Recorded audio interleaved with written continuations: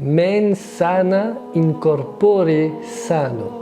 C'est une expression qu'on a pu déjà lire, voir ou même entendre. Mais généralement, c'est une expression qu'on a pu entendre sur certains livres de musculation, de développement personnel, etc. Un esprit sain dans un corps sain. Eh bien, on nous parle souvent qu'il faut avoir une situation psychologique, psychique, saine, se détacher de toute négativité. C'est un fait, mais également qu'il ne faut pas négliger notre corps physiquement. C'est-à-dire que faire du sport, etc. Eh bien, tous ces éléments-là, c'est quelque chose qu'on retrouve également, qu'on trouve dans la Sunna. Il y a de cela 1445 années de cela, le prophète sallallahu alayhi wa sallam nous a déjà enseigné cela. Je vous rassure, on ne va pas parler de musculation, de bodybuilding, de crossfit ou autre aujourd'hui. Mais lorsque l'on regarde, eh bien, on nous dit qu'il faut s'entretenir, entretenir notre cœur, c'est-à-dire qu'il faut faire du cardio, il faut aller courir, faire du vélo. Ce sont des sports qui favorisent l'effort de notre cœur pour le garder en bonne santé. Eh bien, on ne va pas parler de cela aujourd'hui. Lorsque le prophète sallallahu alayhi wa sallam, dans un hadith qui est rapporté par Al-Bukhari, rahimahullah, qu'est-ce qu'il nous dit le prophète sallallahu alayhi wa sallam à la fin du hadith? C'est un long hadith.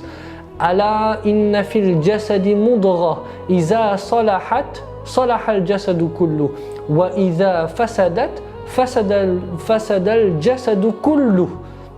Ala wa hiya al-qalb. Le prophète sallallahu alayhi wa sallam, qu'est-ce qu'il nous dit? Lorsque l'on regarde, Allah, c'est une harfu tanbih, c'est quelque chose qui est utilisé en arabe pour interpeller. Quoi? Faites attention, ici, il y a quelque chose d'important qui va suivre. Allah, inna fil jasadi mudghah. Il y a dans le corps, mudghah, un morceau de chair. Un morceau de chair, inna fil jasadi mudghah. Iza salahat, lorsque ce morceau de chair-là, il est sain, eh bien, le corps, il sera sain. Et lorsque ce morceau de chair, il sera corrompu, détérioré, abîmé, eh bien, le corps entier sera corrompu, abîmé, détérioré. Cela fait réfléchir. Et qu'est-ce que c'est ce morceau de chair? De quoi le prophète sallallahu alayhi wa sallam ici fait-il allusion? Il fait allusion à la wahiya al-qalb. Ici il nous dit attention, ici il s'agit du cœur. C'est notre cœur. Ce n'est pas uniquement ce morceau de chair. Certes, les ulama nous ont expliqué, il y a ce cœur, cet organe, mais il y a aussi une dimension spirituelle.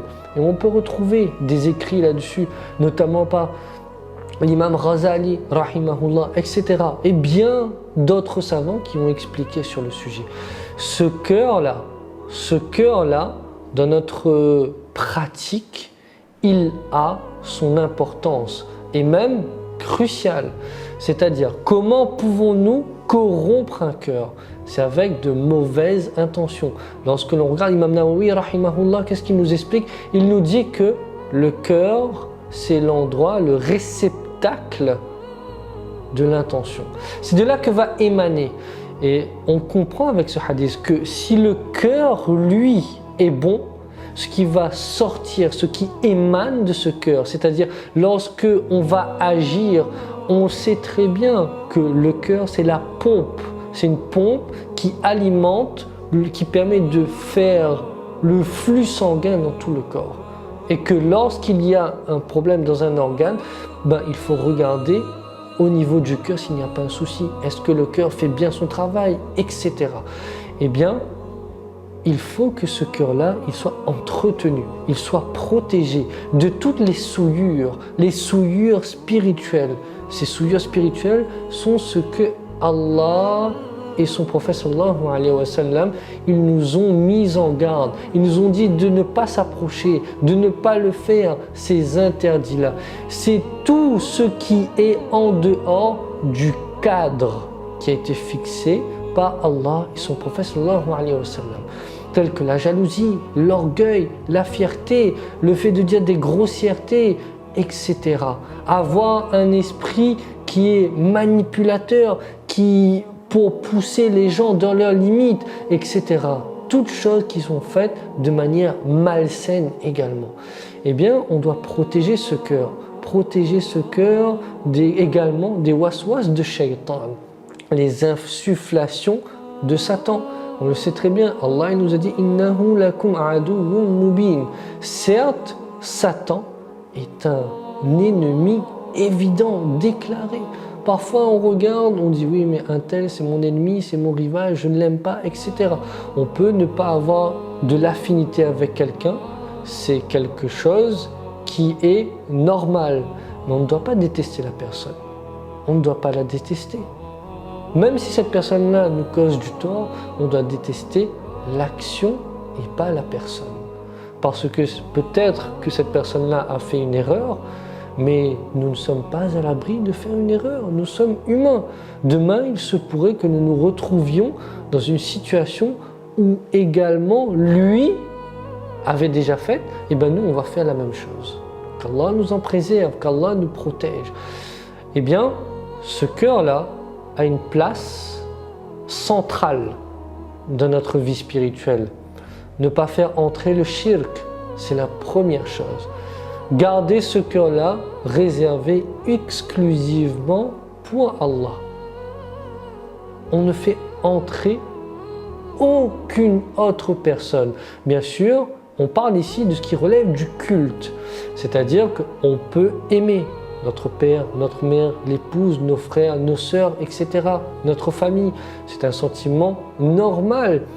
Le prophète sallallahu alayhi wa sallam, lui-même, il aimait ses enfants, il aimait ses épouses, sa famille, etc.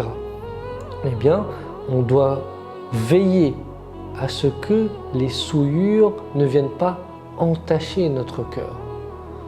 Mon frère, ma sœur, c'est quelque chose qui demande un certain effort. Ce n'est pas quelque chose qui est inné, c'est quelque chose où on doit faire un effort, non pas mensuel ou bien hebdomadaire, mais quotidiennement.